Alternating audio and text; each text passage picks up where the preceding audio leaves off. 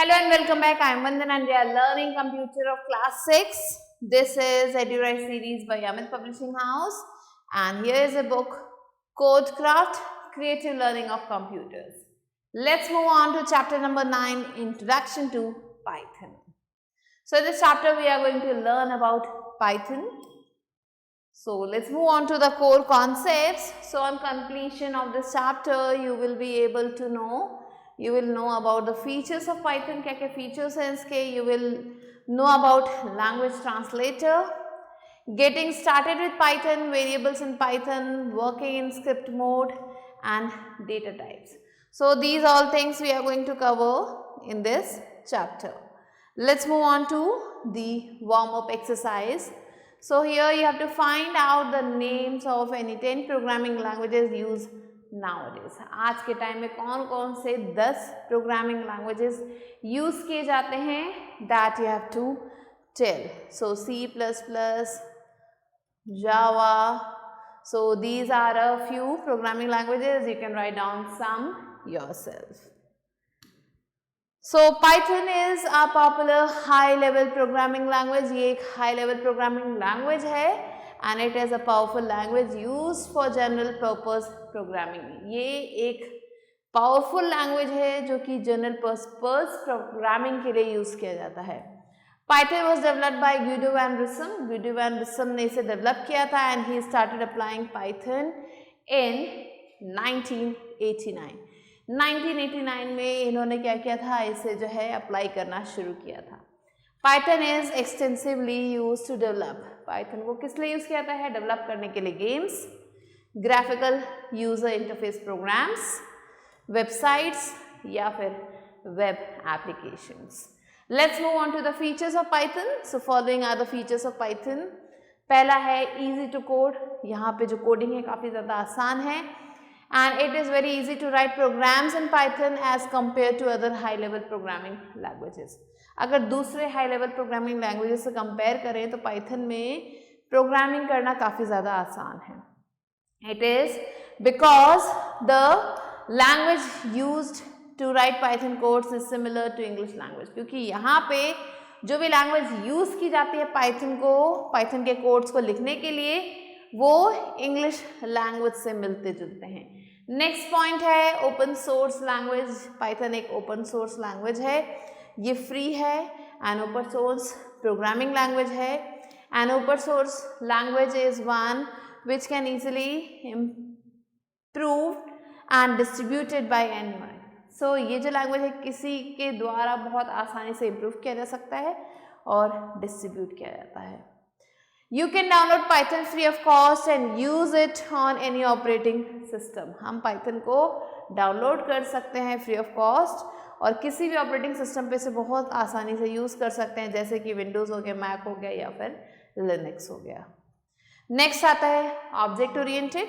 So Python has an object oriented approach. Python का जो approach है वो ऑब्जेक्ट ओरिएंटेड है एंड जिसका मतलब है this means that the programs are design using objects and classes. जिसका मतलब है कि ये जो प्रोग्राम्स इसे डिज़ाइन किया जाता है ऑब्जेक्ट्स और क्लासेस को यूज़ करके that interact with each other, जो कि क्या करते हैं आपस में इंटरैक्ट करते हैं. Next integrated and extensible language. यहाँ जो इसकी लैंग्वेज है वो इंटीग्रेटेड है और एक्सटेंसिबल है. We can easily integrate Python with other languages. हम इसे दूसरे लैंग्वेजेस के साथ जोड़ सकते हैं, जैसे कि C हो गया, C++ हो गया. And we can also write and compile a Python code in C or C++. हम C या फिर C++ में भी जो है Python के कोड्स को बहुत आसानी से कंपाइल कर सकते हैं, लिख सकते हैं. Next interpreted language. So the code you create in Python is executed line by line which makes it easy to correct any error.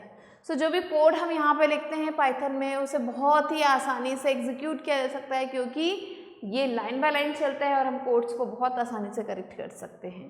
किसी भी तरीके के एरर्स को यहाँ पे हम बहुत आसानी से करेक्ट कर सकते हैं. On execution Python code is immediately converted into an intermediate form. जैसे हम एग्जीक्यूट करते हैं पाइथन कोड को ये तुरंत ही जो है कन्वर्ट हो जाता है एक इंटरमीडिएट फॉर्म में and this is known as byte code. इसे हम बाइट कोड कहते हैं.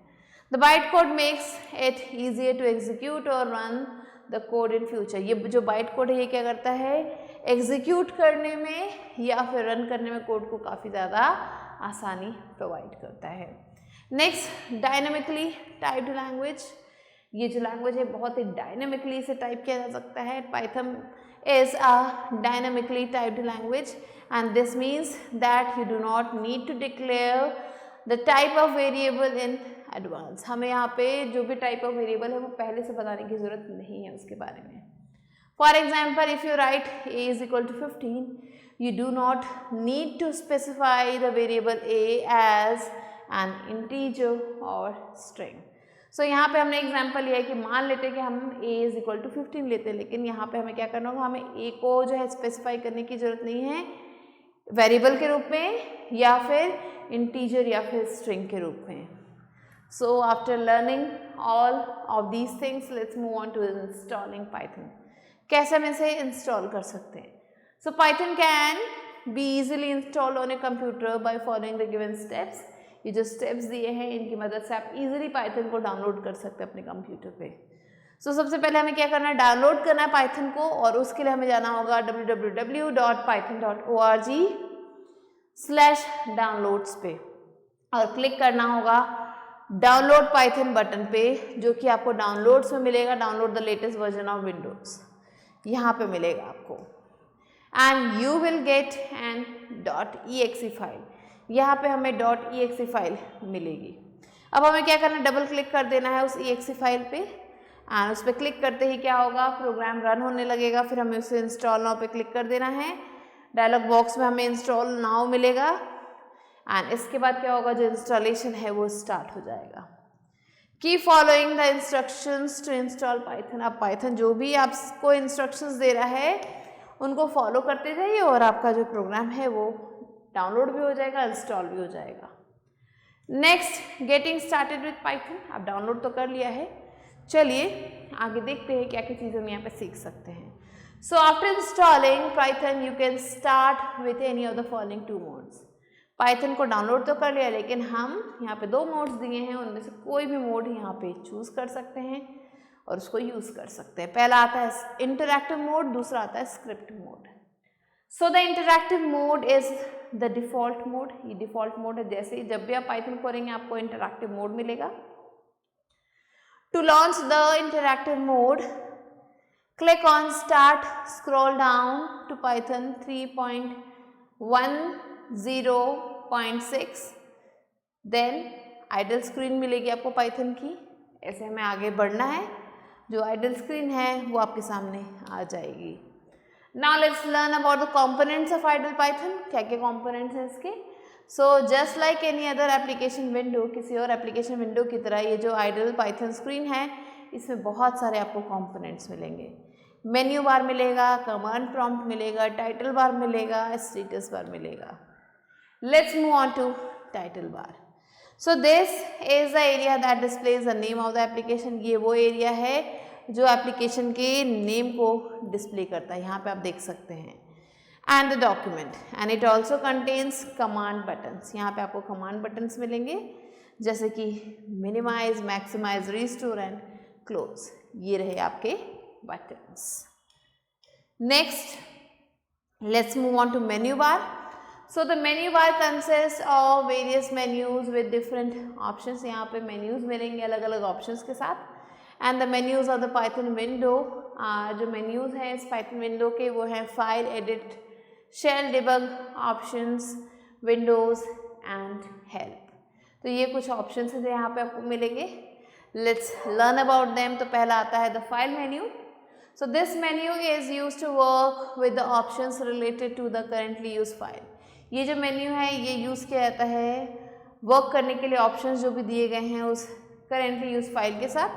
एंड इट इंक्लूड्स सब options like opening a new file. इसमें आपको दूसरे भी ऑप्शंस मिलेंगे, सब ऑप्शंस मिलेंगे, जैसे यहाँ से आप फाइल ओपन कर सकते हैं, न्यू फाइल ओपन कर सकते हैं, एग्जिस्टिंग फाइल ओपन कर सकते हैं, रिसेंटली यूज फाइल को हम यहाँ पे व्यू कर सकते हैं, फाइल्स को सेव कर सकते हैं, फाइल्स को क्लोज कर सकते हैं, और तो और हम इस एप्लीकेशन से एग्जिट भी कर सकते हैं। दूसरा आता है the edit menu. So this menu is generally use to edit the file in use. ये जो मेन्यू है इसे यूज किया जाता है फाइल को एडिट करने के लिए, जो भी फाइल हम यूज कर रहे हैं उसको एडिट करने के लिए। एंड यहाँ पे हम क्या कर सकते हैं, कट कॉपी पेस्ट कर सकते हैं जो भी हमने टेक्स्ट सेलेक्ट किया है उसको, और तो और हम सर्च कर सकते हैं किसी भी पर्टिकुलर टेक्स्ट को या फिर फ्रेज को, और तो और हम उसे रिप्लेस कर सकते हैं किसी और टेक्स्ट के साथ। नेक्स्ट आता है help menu. So to get help related to any topic on Python, अगर आपको पाइथन में किसी भी टॉपिक पे कोई भी हेल्प चाहिए तो आपको सिर्फ F1 की को प्रेस करना होगा या फिर आपको क्लिक करना होगा हेल्प मेन्यू पे। सो हेल्प मेन्यू पे क्लिक करते ही जैसे कि आप यहाँ देख रहे हैं आपको जो डिफरेंट ऑप्शंस मिलेंगे, वहाँ से आप जो इजीली चूज़ कर सकते हैं। तो ये है हमारा फाइल मेन्यू, एडिट मेन्यू और help menu. Next comes command prompt. So the command prompt is denoted by this. Command हम इसके बाद लिखते हैं and this is the area where you type a code. ये वो जगह है जहाँ पे हम कोड को टाइप करते हैं। नेक्स्ट आता है status bar. So the status bar tells you the current status of your control और कर्सर ऑन द विंडो। सो ये जो स्टेटस बार ये क्या करता है, हमें हमारे करंट स्टेटस के बारे में बताता है, हमारे कंट्रोल और कर्सर के बारे में बताता है विंडो पे। Now let's move on to working in interactive mode. कैसे हम इंटरैक्टिव मोड में काम कर सकते हैं। So in the interactive mode of Python the instructions are executed. अब ये जो इंटरैक्टिव मोड है पाइथन का, इसमें जो इंस्ट्रक्शंस है वो दिए गए होते हैं line by line, giving the output. Line by line ये आउटपुट देते जाते हैं। सो ये जो मोड है, in this mode the commands are type next to the Python command. यहाँ जो भी कमांड्स है वो पाइथन कमांड के जस्ट बगल में टाइप किए जाते हैं। ये रहा prompt. For example if you type 3 + 6 next to the Python prompt it will give you the result as 9। तो हमें क्या करना है, ये जो प्रॉम्प्ट है इसके बगल में 3 + 6 लिखना है और जैसे हम ये लिखेंगे तो हमें रिजल्ट मिलेगा 9। Now to work in the interactive mode follow the process given below. यहाँ पर प्रोसेस दिया है कैसे हमें इंटरैक्टिव मोड में काम करना है। तो सबसे पहले हमें क्लिक कर देना है स्टार्ट पे। पाइथन का जो आइकन है 3.10 इसे हम जो है इसको सेलेक्ट करेंगे, फिर आइडल पाइथन स्क्रीन आ जाएगी, उस पर हम क्लिक करेंगे एंड जिससे जो हमारा पाइथन शेल विंडो है इंटरैक्टिव मोड का वो यहाँ पे हमें दिखाई देने लगेगा और उसमें प्रॉम्प्ट भी हमें दिखने शुरू हो जाएंगे। फिर हमें क्या करना है, we have to type the command next to Python prompt. एक एक करके हमें जो है सारे कमांड्स लिखने हैं, जैसे कि यहाँ पे आप फिगर में देख सकते हैं कौन कौन से कमांड्स हमने लिखे हैं। ये सारे कमांड्स आपको लिखने हैं और फिर आपको प्रेस कर देना है एंटर की। हर कमांड को लिखने के बाद एंटर की प्रेस कर देना है। पाइथन क्या करेगा, Python will immediately give you the output for each of them. हर एक कमांड के लिए आपको तुरंत ही आउटपुट मिलने वाला है यहाँ पे। The interactive mode is useful for testing code. ये जो इंटरैक्टिव मोड है इसे यूज़ किया जाता है टेस्टिंग कोड के लिए, जहाँ पे हम क्या कर सकते हैं, कमांड को टाइप कर सकते हैं एक समय में एक एंड गेट द रिजल्ट और एरर इमीडिएटली, और जो रिजल्ट है या जो एरर है वो हमें तुरंत ही पता चल जाता है। ना प्रिंटिंग अ मैसेज, अगर हमें कोई मैसेज टाइप करना हो पाइथन में तो क्या करना होगा। So the print function is use to display the output of any command on the screen. Print function क्या करता है, ये आउटपुट को डिस्प्ले करता है किसी भी कमांड के स्क्रीन पे and it can be use to print the specified messages. इसे यूज़ किया जाता है प्रिंट करने के लिए दिए गए मैसेजेस को। फॉर एग्जाम्पल हमने यहाँ पे प्रिंट किया है हेलो वर्ल्ड एंड ये जो हेलो वर्ल्ड है अब हमें यहाँ पे डिस्प्ले होने लगेगा। सो ऐसे हमने print and this command we have written that's written here, so we will get the answer as hello world. Now Python is a case sensitive programming language। ये केस सेंसिटिव प्रोग्रामिंग लैंग्वेज है जिसका मतलब है कि जो Python है वो differentiate करता है कैपिटल और स्मॉल लेटर्स के बीच में। अगर आपने कैपिटल ए लिखा है स्मॉल ए लिखा है तो दोनों उसके लिए अलग होंगे। फॉर एग्जाम्पल अगर हमने प्रिंट किया है पी कैपिटल और प्रिंट किया है पी स्मॉल, तो ये दोनों चीज़ें क्या हैं, अलग अलग है पाइथन की लैंग्वेज में। जहाँ पे P print is a valid command in Python, जहाँ पे हम जो प्रिंट लिख रहे हैं वो एक वैलिड कमांड है पाइथन में। And when we write capital P तो ये क्या है, ये सिर्फ एक वर्ड कहलाएगा, कमांड नहीं कहलाएगा। You can also pass more than one arguments to the print function. Print function में हम एक से ज़्यादा काम कंप्यूटर को दे सकते हैं. In such a case, the arguments are separated by commas as shown in figure. अब ऐसे केस में क्या होता है, जो भी हम आर्ग्यूमेंट्स लिख रहे हैं उसके बीच में हमें कॉमा लगाना होता है. जैसे कि आप देख सकते हैं इतने सारे एग्जाम्पल्स यहाँ पे दिए हैं जहाँ पे हम क्या कर रहे हैं, 10 को मल्टीप्लाई करें 6 से एंड सो ऑन. यहाँ पे आप देखिए कॉमा लगा के हमने सेपरेट कर रखा है इन्हें, and according to that you can see the result is shown here. Now using idle as a calculator, calculator के रूप में भी हम इसे यूज कर सकते हैं. So to evaluate an arithmetic expression, अगर आप किसी भी arithmetic expression को evaluate करना है, so it is not necessary to use the print function. print function को यूज करने की जरूरत नहीं है. If you type an arithmetic expression at the Python command prompt and press the enter key, अगर हम कोई भी mathematical कैलकुलेशन जो है, अरिथमेटिक एक्सप्रेशन जो है यहाँ पे लिखते हैं इस कमांड प्रॉम्प्ट के सामने और फिर एंटर की को प्रेस करते हैं, तो क्या होगा, जो इंटरप्रेटर है वो ऑटोमेटिकली इवैल्यूएट कर देगा उसे और रिजल्ट हमें शो करने लगेगा, जैसे कि आप यहाँ पे देख सकते हैं. And in this case the interpreter acts as a simple calculator, और इस समय जो इंटरप्रेटर है वो एक सिंपल कैलकुलेटर की तरह काम कर रहा है.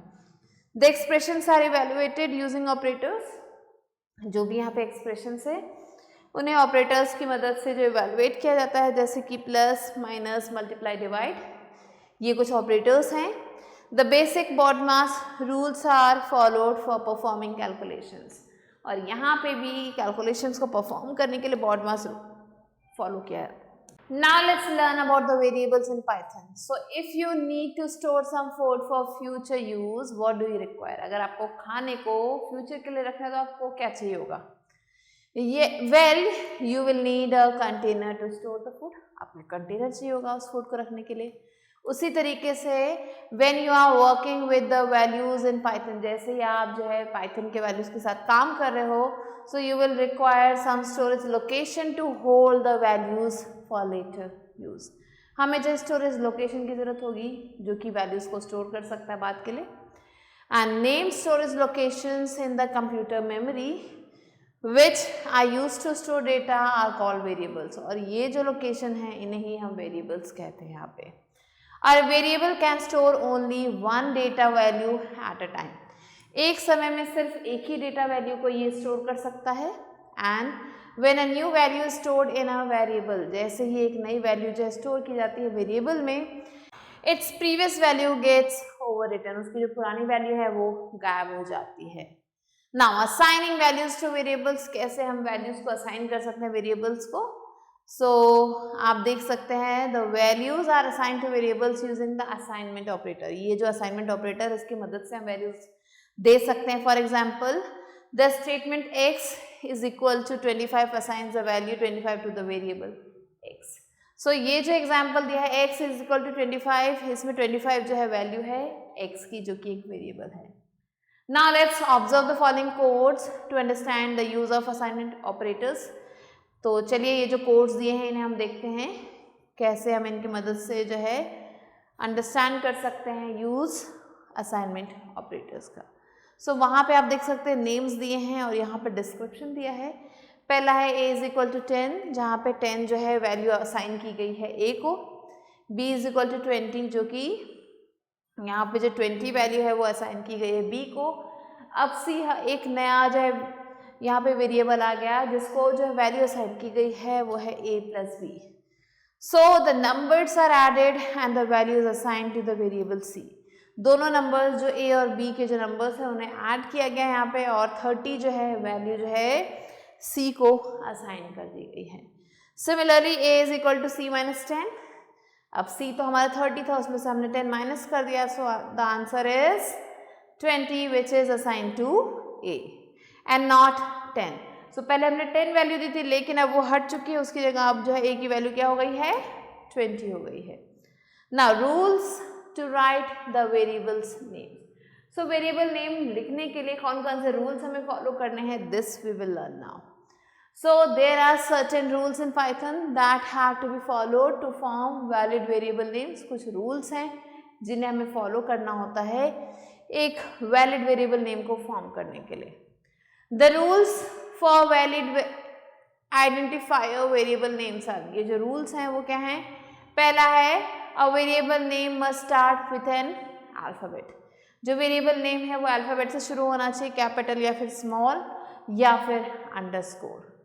वेरिएबल नेम जो है उसमें आपको लेटर्स, डिजिट्स और अंडरस्कोर हम लिख सकते हैं, और कोई कैरेक्टर यहाँ पे अलाउ नहीं है। A keyword can not be use as a variable name, keyword को हम वेरिएबल नेम के रूप में नहीं लिख सकते हैं। एंड ये जो वेरिएबल नेम है वो किसी भी लेंथ का हो सकता है, लेकिन स्पेस यहाँ पे हमें नहीं डालना, space is not allowed. Variable names are case sensitive, ये भी केस सेंसिटिव है, मीन्स अगर कैपिटल ए लिखा है और स्मॉल ए लिखा है तो दोनों ही चीज़ें अलग होंगी यहाँ पे। Now let's move on to the examples of some variable names. कुछ वेरिएबल नेम्स के एग्जाम्पल्स यहाँ पे दिए, जैसे कि क्लास, फिर employ code, total salary, minimum value, balance fee, age and so on. Now let's move on to examples of some invalid variable names. कुछ invalid variable names भी यहाँ पे दिए हैं। So ये हैं कुछ invalid variable names। जैसे employee code हम ऐसे नहीं लिखेंगे, हम ऐसे लिखेंगे। So ये जो employee code है, space is not allowed in a variable name, यहाँ पे space है तो ये allowed नहीं है। Next 10 space code। सो ये जो वेरिएबल नेम है ये जो है किसी डिजिट के साथ स्टार्ट नहीं हो सकता। नेक्स्ट है A dot, B dot, C dot, limited. So dot is not allowed in a variable name, variable name में हम डॉट नहीं लगा सकते। फिर A B C at the rate limited, यहाँ पे स्पेशल कैरेक्टर हमने यूज़ किया है एट द रेट, सो वो भी अलाउड नहीं है। नेक्स्ट आता है एल्स। एल्स क्या है? ये कीवर्ड है पाइथन में, सो इसे हम वेरिएबल नेम के रूप में नहीं लिख सकते। Now there is a note given that if a variable is being used without assigning a value, अगर हम वेरिएबल को जो है यूज कर रहे हैं बिना वैल्यू दिए, so that is if the variable is not defined it gives an error. अगर वेरिएबल डिफाइन नहीं किया गया तो एरर मैसेज देगा। So the following code gives an error because the variable x is used in the print function without being defined। यहाँ जो x है उसे हमने बिना डिफाइन किए लिख दिया है, तो यहाँ पे हमें एक एरर मैसेज दिख रहा है। a हमने 100 लिखा है, b जो है 100 लिखा है, अब हमने लिख दिया प्रिंट x, तो यहाँ पे एक आप देख सकते हैं एरर मैसेज शो कर रहा है। Now working in script mode, कैसे हम स्क्रिप्ट मोड में काम कर सकते हैं? So the interactive mode is preferred for small programs, छोटे छोटे प्रोग्राम्स के लिए हम interactive mode यूज़ करते हैं, where only a few commands are to be executed। यहाँ पे सिर्फ कुछ ही कमांड्स को हम एग्जीक्यूट कर सकते हैं। This is because the output in the interactive mode is compressed between the statements, क्योंकि यहाँ जो आउटपुट है उन्हें कंप्रेस कर दिया जाता है स्टेटमेंट्स के बीच में, एंड में create confusion while writing long programs. और जब हम लंबे प्रोग्राम्स लिखते हैं तो यहाँ पे कन्फ्यूजन हो सकता है। फॉर राइटिंग लेंदी प्रोग्राम्स, अगर आप लेंदी प्रोग्राम्स लिख रहे हैं पाइथन में तो आपको स्क्रिप्ट मोड यूज़ करना पड़ता है। Using this mode you can create and edit Python programs. इस मोड को यूज़ करके हम क्रिएट और एडिट कर सकते हैं पाइथन प्रोग्राम्स को, and in this mode you can also save your files so that they can be use later. इस मोड में अपने फाइल्स को सेव भी कर सकते हैं ताकि उन्हें हम बाद में यूज़ कर सकें। The complete script is written in an editor. जो पूरा स्क्रिप्ट है वो एक एडिटर में लिखा जाता है। Next, creating module script program file. So to start with the script mode for creating a module और प्रोग्राम, अगर हम स्टार्ट करना चाहते हैं स्क्रिप्ट को लिखना स्क्रिप्ट मोड में एक मॉड्यूल या फिर प्रोग्राम के साथ, तो हमें ये जो स्टेप्स दिए हैं इन्हें फॉलो करना होगा। पहला है open idle Python shell in the interactive mode. तो जैसे हम इसे खोलेंगे तो इंटरैक्टिव मोड हमारे सामने आएगा। अब हमें क्या करना है, क्लिक कर देना है फाइल पे, फिर हमें न्यू फाइल पे क्लिक कर देना है, जैसे कि आपको यहाँ दिख रहा है फिगर में। Now what we have to do after this, in the new window that opens, type the commands you want to save as a program as shown in the figure। अब हमने कमांड लिख दिया a is equal to 10, b is equal to 20, c is equal to a plus b। सो हमने ये command लिख दिया। अब हमने क्या किया, we have to click on file और फिर सेव। फाइल और सेव, फाइल पे जाके सेव पे क्लिक कर देना है, सेव एज कर देना है इस फाइल को and save the file with the name proc.py where .py is the extension of Python files. So proc.py से हम इसे, इसका जो नाम है वो हम सेव कर दे रहे हैं। Now next, running module script program. So after the Python program file is created, जैसे ये जो Python program file हमने जो अभी क्रिएट की थी वो क्रिएट हो जाती है, so you can run the program by following the given steps. हम रन कर सकते हैं प्रोग्राम को ये जो स्टेप्स दिए इनको फॉलो करके। सबसे पहले हमें ओपन करना होगा आइडल पाइथन शेल को, फिर हमें क्लिक करना होगा फाइल ऑप्शन पे, ओपन पे जाना होगा and if the file is already open you can directly follow the next step. अगर फाइल पहले से खुली तो आपको नेक्स्ट स्टेप पे जाना है। फिर हमें क्या करना है, हमें रन पे जाना है, रन मॉड्यूल पे जाना है और प्रेस कर देना है F5। तो या तो रन मॉड्यूल पे जाएं या फिर F5 को प्रेस कर दें। It will execute all the commands, अब जितने भी कमांड्स हैं सारे यहाँ पे एग्जीक्यूट हो जाएंगे। The output will be generated on the Python shell window, जो आउटपुट है वो हमारे स्क्रीन पे हमें दिखने लगेगा। Now observe the difference between the script mode and the interactive mode. अब जो भी डिफरेंस है दोनों मोड्स के बीच में वो हमें यहाँ पे दिखेगा, जैसे कि आप यहाँ पे फिगर में देख सकते हो। तो यहाँ पे हमने जो किया वो देखिए एंड यहाँ पे हमने जो किया वो देखिए, तो दोनों ही चीज़ों के डिफरेंस आपको यहाँ पे शो होने लगेंगे। Next let's move on to data types. So suppose you have planned a holiday trip during vacations, vacations के टाइम पे आप हॉलीडे ट्रिप प्लान कर रहे हैं and you have to book tickets for your family members, और आपको अपने family members के लिए टिकट बुक करना है। The first action that you need to take is to fill a form to get the reservation done.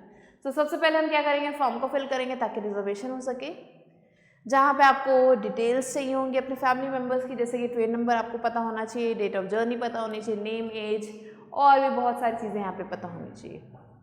So here every piece of data that you enter is of a specific type. जितना भी data हम यहाँ पे डाल रहे हैं वो अलग अलग तरीके का है, जैसे कि आपका नाम ये स्ट्रिंग टाइप है, एज जो है न्यूमेरिक टाइप है, डेट ऑफ जर्नी क्या है ये डेट टाइप है। Similarly, you have to specify in a program what kind of values to be stored in a specific variable. आपको यहाँ पे ये भी बताना होगा कि किस तरीके की वैल्यूज डाली जाएंगी दिए गए वेरिएबल में। Now let's move on to basic data types in Python. Basic data types क्या है Python में? So in Python, a data type represents the type of data stored in a variable.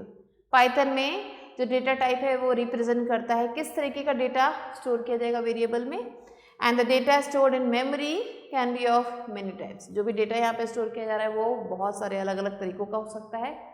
Python has various standard data types based on the type of value. Python में बहुत सारे standard data types हैं जो कि अलग अलग value के according होते हैं। For example students marks are stored as a numeric value. Student के जो मार्क्स हैं वो न्यूमेरिक वैल्यू में होते हैं, उसका जो भी एड्रेस होता है वो जो है अल्फा न्यूमेरिक कैरेक्टर्स में यूज़ किया जाता है, स्टोर किया जाता है।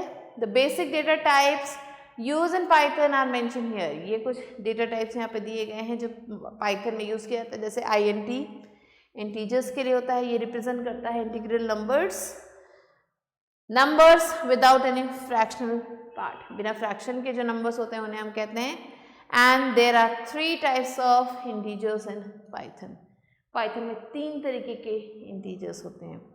पहला है integer, then है long integer, फिर है boolean integer. So let's move on to the integer. So ये क्या करता है, ये store करता है values को जो कि minus this to plus this होना चाहिए। फिर आता है long integers, ये क्या करता है, support करता है values जो इस रेंज से आगे के हैं, beyond the range of integers. Integers के रेंज से आगे के जो वैल्यूज हैं उनको स्टोर करता है। फिर आता है बूलियन, ये क्या करता है, रिप्रेजेंट करता है लॉजिकल वैल्यूज को ट्रू और फॉल्स के फॉर्म में। So in Boolean 0 represents false and 1 represents true. Boolean में जो 0 है उसका मतलब फॉल्स होता है और 1 का मतलब होता है ट्रू। नेक्स्ट आता है फ्लोट। सो फ्लोट क्या करता है, ये रिप्रेजेंट करता है फ्लोटिंग पॉइंट वैल्यूज को, जो कि नंबर्स होते हैं फ्रैक्शनल पार्ट के साथ। The fractional part of a floating point number may be zero as well. जो फ्रैक्शनल पार्ट होता है फ्लोटिंग पॉइंट नंबर का वो जीरो भी हो सकता है। अब एग्जाम्पल्स हैं फ्लोटिंग नंबर्स के, जैसे 3.14 माइनस 48.6, 18.0 एक्सेट्रा। फिर आते हैं स्ट्रिंग। स्ट्रिंग डेटा टाइप्स क्या होता है, ये रिप्रेजेंट करते हैं स्ट्रिंग्स ऑफ कैरेक्टर्स जो कि सिंगल या फिर डबल कोटेशन मार्क्स के अंदर होते हैं। अब एग्जाम्पल्स ये हैं यहाँ पे स्ट्रिंग्स के, जैसे हेलो, तो आप देख सकते हैं सिंगल इन्वर्टेड कॉमर्स के बीच में, कोटेशन मार्क्स के बीच में है। फिर my name, then 218, peace etcetera. Now some examples of data types in Python are given here. जैसे कि वैल्यू है तो 15 क्या है, इंटीजर है। 7.9 क्या है, फ्लोट है। कंप्यूटर एप्लीकेशन स्ट्रिंग है। एंड 7 इज ग्रेटर देन 3 जो है बूलियन है। तो ये 4 तरीके के डेटा टाइप्स आपको यहाँ पे मिलेंगे। Let's move on to extra bytes. So you can assign a multi-line string to a variable by using 3 quotes. 3 quotes लगा के हम multi-line string को जो है डाल सकते हैं वेरिएबल में। For example, a is equal to 3 quotes लगा दिया, data type represents the type of data stored in a variable. The data stored in memory can be of many types. और फिर हमने 3 quotes लगा के इसे क्लोज कर दिया। सो ऐसे भी हम लिख सकते हैं। नाउ यूजिंग इनपुट फंक्शन, हम इनपुट फंक्शन को कैसे यूज करेंगे? So the input function is use to accept the value for a variable from the user. ये जो इनपुट फंक्शन है इसे यूज किया जाता है एक्सेप्ट करने के लिए वैल्यू को वेरिएबल के लिए यूजर से। And the input integer and float values you can use int और float along with the input functions. तो इन दोनों को हम इनपुट फंक्शंस के साथ यूज कर सकते हैं। एग्जाम्पल आप देख सकते हैं, यहाँ पे हमने a को वैल्यू दी है enter the first value, and b को वैल्यू दी है input enter the second value. Now in Python the input function takes one string argument.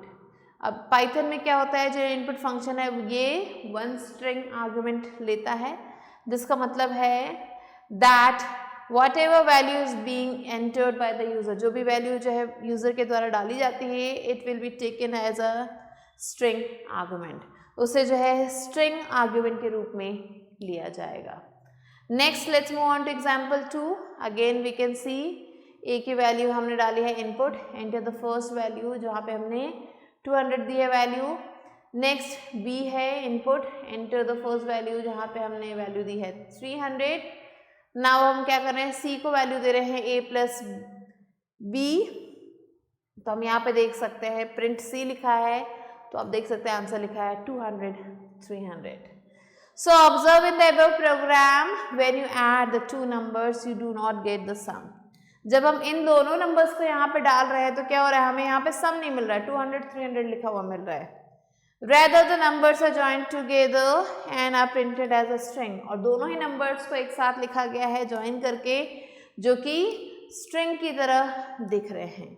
अब हम आते हैं थर्ड एग्जाम्पल पे। यहाँ पे हमने डाला है a की वैल्यू है input, enter the first value 200। Similarly b की डाली है input, enter the second value, enter the second value as 300। सो हमने सेकेंड की वैल्यू यहाँ पे 300 दी है। नाउ हमने क्या लिखा है, प्रिंट a मल्टीप्लाई b। सो यहाँ पे हम देख सकते हैं एक एरर मैसेज आया है, क्योंकि यहाँ पे क्या लिखा है, can not multiply sequence by non integer of type string. So in this program when you try to multiply these two values you get an error. अब इस प्रोग्राम में हम दो वैल्यूज को मल्टीप्लाई करने की कोशिश करें तो हमें एक एरर मिल रहा है। This is because the string values can not B multiplied together. ऐसा इसलिए है क्योंकि जो स्ट्रिंग वैल्यूज होती है उन्हें हम एक साथ मल्टीप्लाई नहीं कर सकते हैं। So to work with the values provided by the user, अगर आप उन वैल्यूज के साथ काम करना चाहते हैं जो यूजर प्रोवाइड कर रहे हैं, तो हमें क्या करना होगा, Python provides a method as discussed in the given example. So ऐसे में क्या करता है, पाइथन हमें एक मेथड प्रोवाइड करता है, एंड वो हम देख सकते हैं एग्जाम्पल 4 में। सो यहाँ पे आप देख सकते हैं a integer, enter the first number 100, next B integer, input डाला, यहाँ पे हमने इनपुट फंक्शन को यूज़ किया है, into the second number which is 300.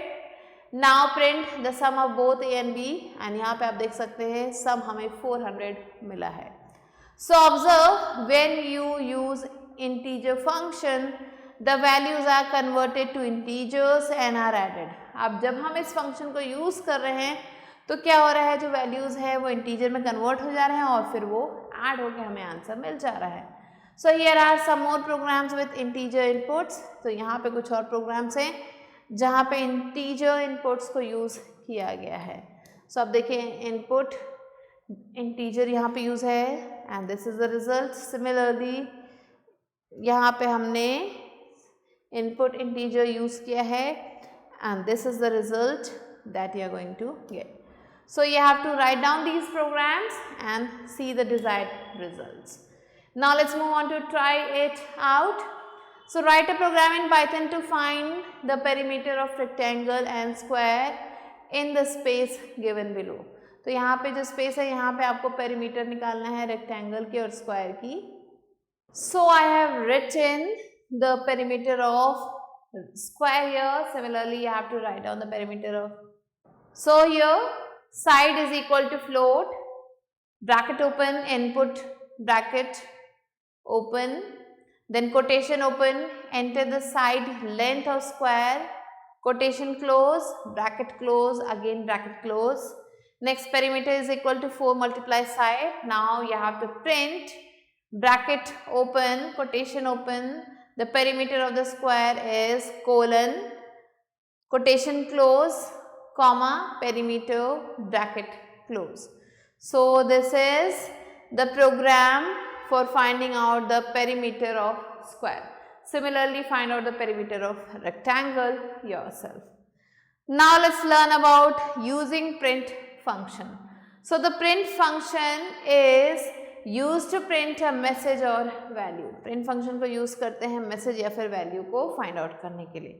It converts a message और an object into a string before writing it on the screen. ये क्या करता है, मैसेज को या फिर ऑब्जेक्ट को स्ट्रिंग में कन्वर्ट कर देता है स्क्रीन पर लिखने से पहले.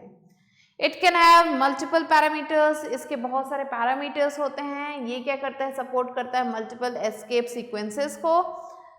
To format the output, output को फॉर्मेट करने के लिए, for example n new line के लिए, टी टैब स्पेस के लिए और आर कैरेज रिटर्न के लिए. Now let's learn about using separators with print function. So using comma operator, when you use comma operator as a separator, जैसे हम comma operator को यूज करते हैं सेपरेटर के फॉर्म में वैल्यूज के बीच में, तो जो वैल्यूज होते हैं these are displayed with a space between them. ये जो वैल्यूज हैं स्पेस के साथ डिस्प्ले होने लगती हैं. जैसे कि हम प्रोग्राम 3 में देख सकते हैं, हमने ए की वैल्यू 10 दी है, बी की वैल्यू 20 दी है, सी की वैल्यू 30 दी है एंड हमने लिख दिया है प्रिंट ए कॉमा बी कॉमा सी. तो आप देख सकते हैं ए बी सी की वैल्यूज यहाँ पे स्पेस देके यहाँ पे आ गई है 10 20 30. यूजिंग टैब, टैब फंक्शन को जब हम यूज करते हैं, when you use tab escape sequence as a separator, tab को जो है हम जो है सेपरेटर के फॉर्म में यूज करते हैं वैल्यूज के बीच में, तो क्या होता है जो भी वैल्यूज होते हैं वो डिस्प्ले होते हैं टैब स्पेस के साथ. सो टैब स्पेस जो होता है वो ज़्यादा दूर का स्पेस होता है, तो ये टैब स्पेस आ जाता है उन वैल्यूज के बीच में. सिमिलरली सेम प्रोग्राम हमने दोबारा लिखा है, a is equal to 10, b is equal to 20, c is equal to 30 और हमने टैब स्पेस दे के तीनों को लिख दिया. तो आप देख सकते हैं यहाँ के मुकाबले यहाँ पे 10 20 30 कितने डिस्टेंस पे लिखे हुए हैं. यूजिंग न्यू लाइन कैरेक्टर, जब हम न्यू लाइन कैरेक्टर को यूज करते हैं, so new line character in Python is use to end a line and start a new line. ये जो यूज किया जाता है एक लाइन को एंड करने के लिए और नई लाइन को स्टार्ट करने के लिए. इन Python the new line character can be use with the input function. Python में ये जो न्यू लाइन कैरेक्टर इसे यूज किया जाता है इनपुट फंक्शन के साथ and right the print function, और यहाँ पे जो प्रिंट फंक्शन उसे लिखा जाता है. The n is a new line character. N जो यहाँ पे है वो न्यू लाइन कैरेक्टर है जिसे यूज किया जाता है पाइथन में. सो यहाँ पे आप देख सकते हैं एन को हमने यूज किया है जहाँ पे हमने a की वैल्यू 10, b की वैल्यू 20 और c की वैल्यू 30 दी है। यहाँ पे हमने a n line character, b n line character, c लिखा है। तो आप देख सकते हैं तीनों चीज़ें जो अलग अलग लाइन में आपको शो हो रही हैं। Now let us consider another example. एक दूसरा एग्जाम्पल देखते हैं. Suppose you want a program to accept the name, age and marks of a student. हमें name, age और marks लिखने हैं बच्चे के. So for this we have to add the following code in Python script file. हमें ये जो codes दिए हैं इन्हें Python script file में लिखने होंगे. तो आप देख सकते हैं ये codes लिखेंगे and here you can see name, age and बाकी डिटेल्स यहाँ पे शो हो रही हैं. Now in the Python script file add n with the input and print function. Input और प्रिंट फंक्शन के साथ n को हमें यहाँ पे लिख देना है. सो यहाँ पे हम देख सकते हैं प्रोग्राम 7 में हमने n को भी इन्वॉल्व कर दिया यहाँ पे. So this result we are going to get. So in the above output window, in order to give a better understanding, एक अच्छी अंडरस्टैंडिंग देने के लिए the text and values are placed one after another. जो भी text है, जो भी वैल्यूज है वो एक के बाद एक लिखे गए हैं ताकि जो चीज़ें हैं बहुत अच्छे से समझ में आ जाए. So this was the chapter. Now let's move on to flashback time. Python is a high level language which is used to write code for the computer programs. Python was created by Guido van Rossum when he was working at Centrum Visconti and Informatica, which is a national research institute for mathematics and computer science in Netherlands. The interactive mode is useful for testing code where you type the commands one at a time and get the result or error immediately. For writing lengthy programs in Python, the script mode is used. And using this mode, you can create and edit Python programs. Name storage locations in the computer memory, which are used to store data, are called variables. The print function is used to print a message or value, and it converts a message or an object into a string before displaying it on the screen. The input function is used to accept the value for a variable from the user. To input integer and float values, you can use int or float along with the input function. So these are some of the important points that you have to remember. Now let's move on to book exercise, which is knowledge check. So A exercises mark the correct response. So the first one is, which of the following data types is not supported in Python? CHAR, float, int, none of these. Correct answer is CHAR. Second, when a new value is stored in a variable, its previous value gets accepted, overwritten, overlapped, none of these. Overwritten is the correct answer. Third, values are assigned to variables using the dash operator. String, print, assignment, none of these. Correct answer is assignment. Fourth one, the data type for 12.4 should be int, float, string, none of these. Correct answer is float. Fifth one, prompt print 10 plus 20 will give the output as 30, 1020, 2010, none of these. None of these is the correct answer. Let's move on to B exercise, which is gap fill exercise. Here the first one is, Python was created by Guido van Rossum. Second, the enter key is pressed to execute a Python program. Third, in the interactive mode of Python, the instructions are executed line by line. Fourth one, a variable is the name of the memory location that stores the data. Fifth one, Python keywords cannot be used as a variable name. Let's move on to C exercise, which is true and false assessment. Here the first one is, to evaluate an arithmetic expression, it is not necessary to use a print function. This is true. Second, a variable name can consist of letters, digits or an underscore. True. Third, in Python, data types represent the type of data stored in a variable. True. Fourth one, in Python only one type of data can be stored in memory. False. Fifth, the print function is used to accept the value of a variable from the user. False. And the sixth one is the string values cannot be multiplied together. Yes, this is also false. So these are the answers that you have to write down. Let's move on to the exercise, which is give appropriate responses to the questions here. The first one is write any three features of the Python language. So the three features of the Python language is that it is easy to code, means coding can be done very easily here. It is open source language. It means that anybody can download it for free of cost, and it is dynamically typed language. So these are the three features of Python language. Now let's move on to second one. What is variable? So variable is the named storage location in computer memory, and it is used for storing data in Python. Now question number 3, explain the different working modes of Python. So there are two modes of working in Python. One is interactive mode and the other one is script mode. Interactive mode is the default mode, and it is quite easy to work in this mode. Here the programs are executed one by one, we get the result. Whereas when we talk about script mode, so it ends with a .python extension. We can save the file with .python extension, py extension here, and it is a complete application.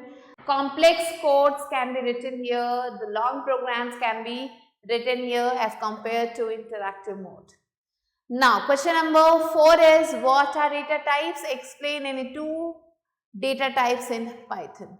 So data types are the types that tell type of value a variable can hold, and the two data types in Python are integer and string. Integer tells about the whole numbers, so it consists of whole numbers, whereas the strings consist of the characters here. Now question number 5 is what is the use of print function? So print function is used to display the output on screen, and it shows text, variables, etc. on the screen. Now question number 6 is discuss the rules for naming the variables. So the rules for naming the variables are, first we start with letters or underscore. So whatever we write here, we use here letters and underscore here. We cannot start it with numbers. Numbers are not allowed here. The starting cannot be done with numbers here, and alphanumeric characters are allowed here. These can be written here. And the next one is that the next rule says that it's case sensitive, which means the capital and the small letters are two different things. Here it considers these two as two different things here.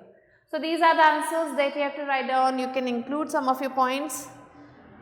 And with this we have completed the chapter. I hope you understood it. I'll be meeting you soon with a new video and a new chapter. Till then, stay tuned and thanks for watching.